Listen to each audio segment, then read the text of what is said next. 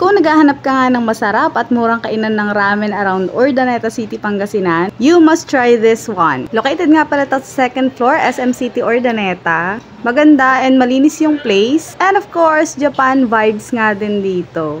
Super masusulit mo na rin magpunta dito dahil Instagrammable yung place. And sulit naman na din yung ramen kasi masarap din naman talaga siya.